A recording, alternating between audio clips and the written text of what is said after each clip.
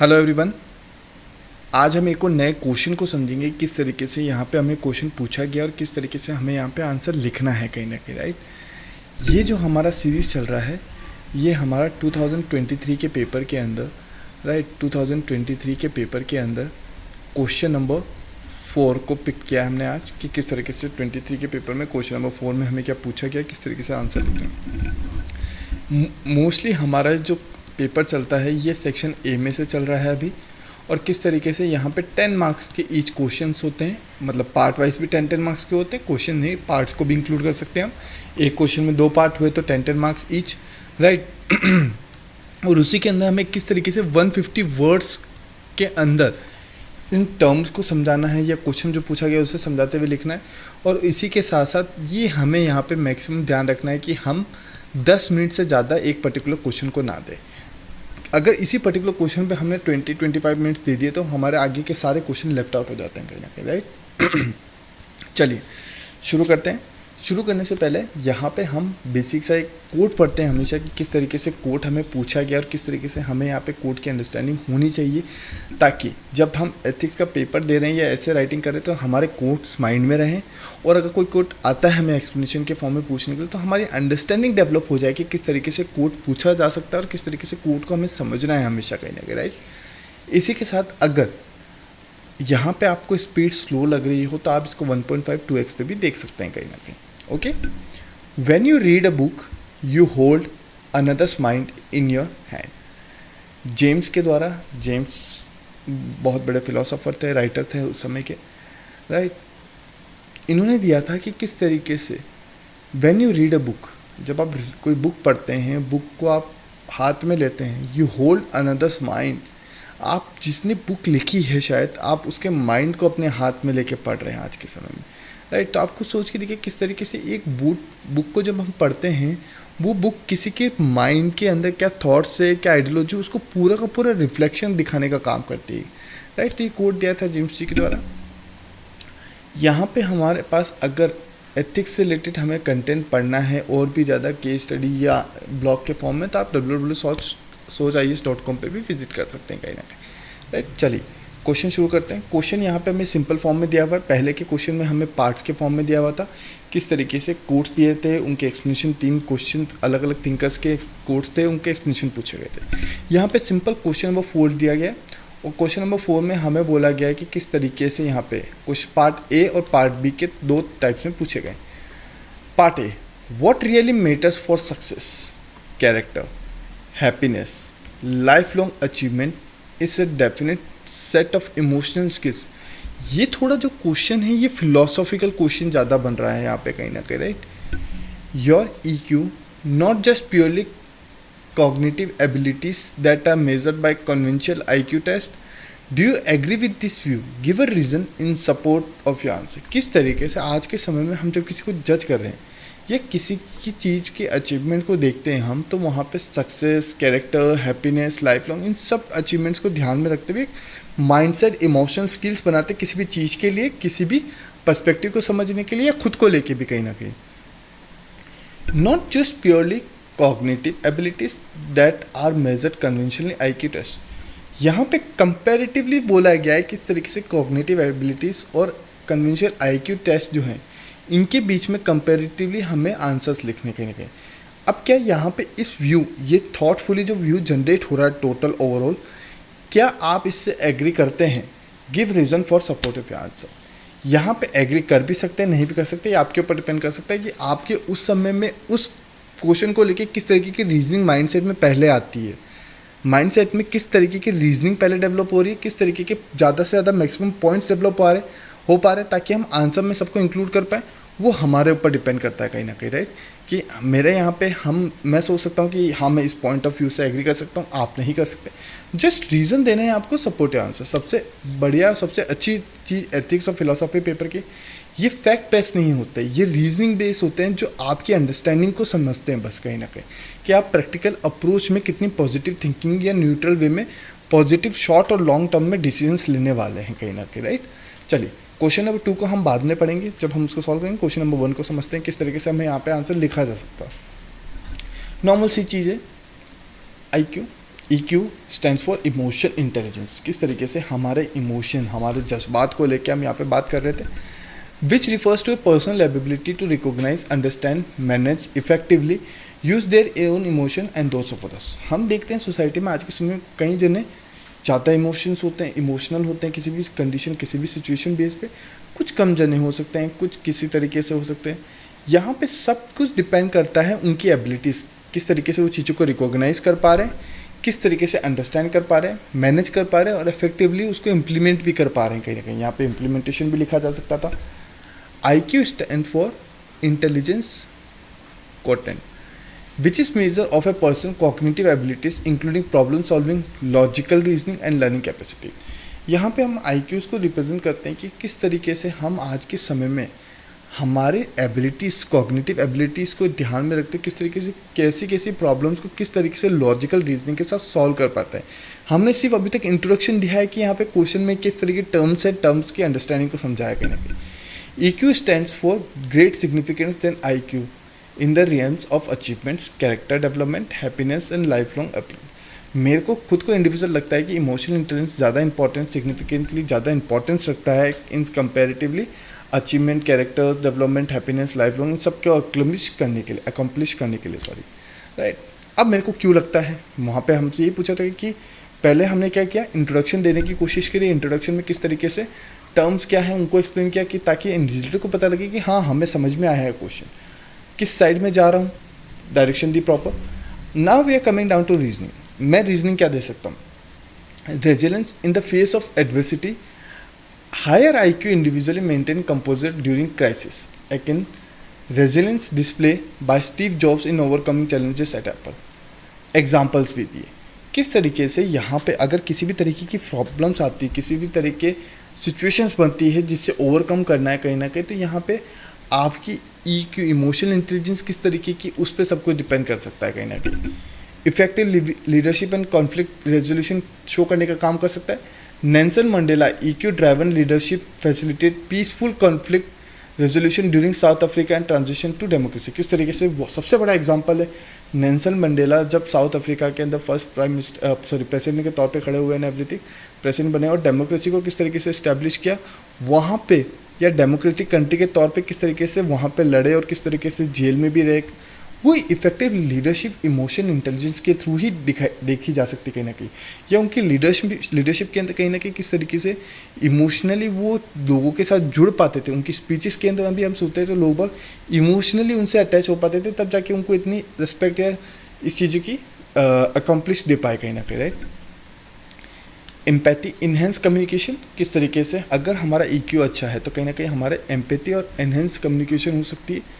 Health care profession with strong EQ connect with patients and deeper level. Example, health care में सबसे ज़्यादा ज़रूरत होती है डॉक्टर्स को, किस तरीके से पेशेंट्स को ट्रीट करना है, एवरीथिंग उस चीज़ को लेकर यहाँ पे देखा जा सकता है। पर्सनल वेलबींग एंड फुलफिलमेंट, मैं यहाँ पे अगर रीजनिंग के तौर पे देखूँ तो पर्सनल लेवल पे वेलबींग कितना डेवलप कर पाती है, फुलफिल कितना डेवलपमेंट होता है, सब EQ पे डिपेंड कर सकता है। Effective emotion management contributes to healthier relationship और sense of purpose as seen in pursuit of happiness in positive psychology. Positive psychology मतलब यहाँ पे माइंडसेट की बात कर रहे हैं, किस तरीके से माइंडसेट में पॉजिटिव साइकोलॉजी डेवलप हो सकती है इस चीज़ को लेके। कॉन्फ्लिक्ट रिजोल्यूशन, दो चीज़ों के बीच में डायलेमा जनरेट हो रहे हैं, कॉन्फ्लिक्ट जनरेट हो रहे हैं, उनके बीच में रेजोल्यूशन सॉल्विंग कैसे करें, तो ये चीज़ भी EQ द्वारा देखी जा सकती है कि EQ कहीं ना कहीं यहाँ पे आपको इमोशनली बैलेंस रहते हुए किसी चीज़ को सॉल्व करने में मदद कर पा रहा है कहीं ना कहीं। Mediate use EQ to find common ground, this is especially evident in international diplomacy where EQ driven negotiation lead to peaceful resolution, right. ये बेसिक से रीज़न हो सकते थे जो मैं शायद दूँ, जहाँ पे मेरी अंडरस्टैंडिंग समझ में आए कि मैं इस पॉइंट के साथ क्यों जा रहा हूँ कहीं ना कहीं। यहाँ पे आपका आंसर अलग भी हो सकता है, किस तरीके से आप डिसएग्री भी करें, बट आपको आंसर पैटर्न को समझना है कि किस तरीके से मैं जब आंसर्स लिखूँ तो वहाँ पे हमारे आंसर्स के अंदर हम reasoning, example, real practical approach को दिखाते हुए लिखें कहीं ना कहीं, राइट। चलिए एक और लास्ट भी पार्ट आता है अपना, differentiate between moral intuition, moral reasoning with suitable example. सबसे थिनर लाइन होती है मॉरल इंट्यूशन, मॉरल रीजनिंग के बीच में। इंट्यूशन का मतलब हम जानते हैं, जिसको हम आज के समय में सिक्स सेंस भी बोल सकते हैं, या किस तरीके से हम हमारे जज्बात या जैसे हम आज के समय मूवीज़ भी देखते हैं तो स्पाइडर सेंस जिसको हम बोलते हैं कई बार, राइट। तो इस तरीके की चीज़ें होना। रीजनिंग मतलब कि लॉजिकल प्रैक्टिकल रियलिटी वर्ल्ड के साथ अटैच करते हुए किसी चीज़ के बिहाफ में कमेंट करना कहीं ना कहीं, राइट। चलिए, इसका आप डिफ्रेंसिएशन किस तरीके से लिख सकते हैं? हमेशा हमें ध्यान रखना है कि हम डिफ्रेंसिएशन इस तरीके से भी लिख सकते हैं और पैराग्राफ वाइज फॉर्म में भी लिख सकते हैं। ये आप पे डिपेंड करता है कि आपकी अंडरस्टैंडिंग किस तरीके से डेवलप हुई है और किस तरीके से आप बेटर अंडरस्टैंडिंग हमारे अपनी खुद की समझा पाएंगे इन्विजिलेटर को, तो आप पे डिपेंड कर सकता है। Moral intuition involves immediate gut level response to ethical dilemmas without conscious deliberation। Gut level पे जो फीलिंग आ रही है उस लेवल पे, मतलब कि मेरे जो जज्बात या मेरी भावना अचानक से किसी चीज़ को लेके किसी चीज़ के लिए सडनली अगर स्ट्राइक करती है तो वहाँ पे उस गट फीलिंग के अकॉर्डिंग मैं अपने सिचुएशन में रिएक्ट कर पा रहा हूँ, तो उसे हम मॉरल इंट्यूशन कह पा रहे हैं कहीं ना कहीं। बट यहाँ पे हम ध्यान पर रख पा रहे हैं अपनी कॉन्शियस का बिल्कुल ध्यान नहीं रखते। हम गट फीलिंग हुई, हमने डिसीजंस ले लिए, कई बार ऐसा सिचुएशनली बेस होता है कहीं ना कहीं। Moral reasoning involves a consciousness and rational evaluation of ethical choices. किस तरीके से हम देख सकते हैं कि हम किसी सिचुएशन सर्कमस्टेंसेस में, तो हम जब रैशनली हमारे थॉट प्रोसेस को समझ पाते हैं, हमारी गट फीलिंग बोल रही है कि ये रास्ता सही है, बट हम हमारे रीजनिंग लॉजिक को लगा पाते हैं कि हाँ प्रैक्टिकली हम इस रास्ते पे पहले गए थे तो इस तरीके की प्रॉब्लम आई थी, या इस रास्ते पे जाने के बाद इस तरीके की चीज़ें डेवलप हुई। तो यहाँ पे हमारी अंडरस्टैंडिंग दोनों अलग अलग तरीके से डेवलप हो रही, एक हो रही गट फीलिंग के बेस पे और एक हो रही अपने कॉन्शियस माइंड के, सबकॉन्शियस माइंड के थ्रू डेवलप हो रही कहीं ना कहीं, राइट। किस तरीके से दो चॉइसेस में हम डिफ्रेंशिएट कर पा रहे हैं, एक हमारी गट फीलिंग के बेस पे, एक हमारे रीजनिंग के बेस पे कहीं ना कहीं। सेकेंड पॉइंट क्या हो सकता है? Release on deeply ingrained moral values and emotion. Immoral intuitions में सबसे ज़्यादा क्या होता है आज के समय में, हमारे इंट्यूशंस, हमारी जो वैल्यूज़ है, इमोशंस है, वो सबसे ज़्यादा प्रायर पे रहती है कहीं ना कहीं। कि हमने किसी के लिए इमोशनली हो गए, या यहाँ पे हम किसी चीज़ को लेके बहुत ज़्यादा एग्रेसिवली उसके जज्बाती होना, उसके लिए जज्बाती होना, तो यहाँ पे मॉरल इंट्यूशन डेवलप हो रहा है। मॉरल रीजनिंग के अंदर ये चीज़ नहीं हो पाती कहीं ना कहीं। Utilise logical arguments and principle to arrive at a moral decision. Moral decision means end of the decision. अगर कहीं पे पहुंचना है सिचुएशन के अंदर, तो यहाँ पे लॉजिकल और principle, basic principle setup, policies, rules, regulation, इनके बेस पे होता है। हम जैसे हम आज के समय में अगर देखें, कोर्ट है, कोर्ट के अंदर मॉरल रीजनिंग डेवलप होती है कहीं ना कहीं। वहाँ पे मॉरल इंट्यूशंस नहीं हो सकते। मॉरल इंट्यूशंस आपके इमोशन, किसी के साथ रिलेशनशिप किस तरीके से मेंटेन करना, उस बेस पे हो सकता है। Moral reasoning practical approach, policies, rules, regulation, इन सब के बेस पे भी डिपेंडेंसी रख सकता है कहीं ना कहीं, राइट। तो हम थर्ड पॉइंट भी यहाँ पे लिख सकते थे कि इस तरीके से मॉरल इंट्यूशन हमारे प्रैक्टिकल रूल्स रेगुलेशंस नहीं होते, यहाँ पे कोई भी बाउंडेशंस नहीं होती। बट मॉरल रीजनिंग में we have boundations, criterias, boundaries to work upon. तो ये थर्ड पॉइंट और डिफ्रेंशिएशन में लिखा जा सकता था कहीं ना कहीं, हमने यहाँ पे नहीं लिखा है। But there are many points जो हम और भी डेवलप कर सकते हैं कहीं ना कहीं, राइट। एग्जाम्पल्स के फॉर्म में देख सकते हैं, कुछ एग्जाम्पल्स देखते हैं। Feeling empathy and helping homeless person on the street without thinking. मेरी क्या कंडीशन है, मेरे किस तरीके से चीज़ें हैं, उसको ना ध्यान में रखते हुए मैं किसी बेकर या किसी भी हेल्पफुल पर्सन की हेल्प करने लग जाऊँ, वहाँ पे फीलिंग एम्पैथी हुई, ये मॉरल इंट्यूशन है। Deciding to donate to a charity after researching its impact and effectiveness, ये मॉरल रीजनिंग है। बेसिक एग्जांपल है कहीं ना कहीं, कंपैरेटिव बेसिक स्ट्रक्चर को एग्जांपल के तौर पे डिस्कस किया गया है। तो यहाँ पे क्या होता है कि आप जितना सिंपल रख पाते हैं उतनी अंडरस्टैंडिंग को क्लियरली समझा पाएंगे सामने वाले को। Automatically feeling a sense of responsibility to protect the environment को प्रोटेक्ट करने के लिए अपने इंट्यूशन, जज्बात जाग रहे हैं कहीं ना कहीं। Engaging in structure and debate to discuss the pros and cons of propose environmental policies के बेस पे उसके जो एडवांटेज डिसएडवांटेज है उन बेस पे डिसीजंस लिया जाए। Exercising a sense of guilt after breaking a promise to a friend, सबसे बड़ा रिग्रेट, गिल्ट होना, ये मॉरल इंट्यूशन का पार्ट हो सकता है। मॉरल रीजनिंग के अंदर analysing the consequences and ethical implication of breaking a promise in specific situation base पे उसके इम्प्लीमेंटेशन या कॉन्सिक्वेंसेज क्या हुए, रीजनिंग क्या थी, उस बेस पे डेवलप होना। और मॉरल इंट्यूशन गिल्ट या रिग्रेट फीलिंग को जज्बात के तौर पर बताने का काम कर रहा है। Instantly respecting the dignity of elders, intuition. Principles of dignity, यहाँ पे हमें respect for dignity of elders, ये बेसिक सी फीलिंग है, इमोशन है, जज्बात है, right. But principles of dignity की मतलब एथिकल सोसाइटी में रहने के लिए प्रिंसिपल्स हैं कि हाँ आपको एल्डर्स की डिग्निटी की या एल्डर्स को हमेशा रिस्पेक्ट करनी है एवरीथिंग, राइट। दोनों के अंदर ये चीज़ आ रही है, लेकिन दोनों किस सिचुएशन में किस तरीके से सोच के रिएक्ट किया जा रहा है उस पर डिपेंडेंसी कर रहा है। Reacting with anger when witnessing an act of discrimination, भेदभाव हो रहा है तो हम वहाँ पे हमारे एंगर गुस्से के साथ रिएक्ट कर पा रहे हैं। Formulating an argument against that discriminative practice using legal and ethical reasoning, यहाँ पे रीजनिंग डेवलप हो रही है, वहाँ पे हम सीधे क्विक डिसीजन पे पहुँच पा रहे हैं। हमारे समय में, आज के समय में हम मॉरल रीजनिंग को कम रिस्पेक्टिवली देख पाते हैं, मॉरल इंट्यूशन सबसे ज़्यादा वर्क कर पाते हैं कहीं ना कहीं। हम किसी भी सिचुएशन में, किसी भी सर्कमस्टेंसेस में किसी भी तरीके से रिएक्ट कर जाते हैं फटाफट से कहीं ना कहीं, तो वो मॉरल इंट्यूशन का ही पार्ट है कहीं ना कहीं, राइट।